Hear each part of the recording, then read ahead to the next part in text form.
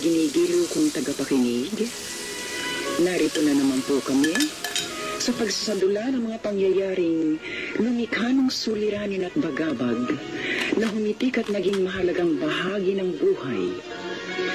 Mataos namang layo ni magdulot na ikagagaan, kundi ng tuluyang ikapapawi ng hapdi at kirot, ng pagdurusa o agam-agam.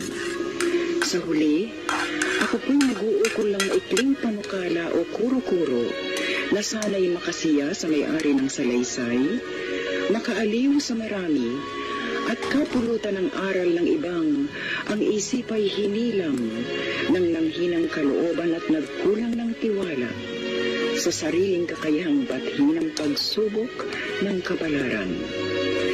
Ito po ang kasaysayan sa mga liham sa inyo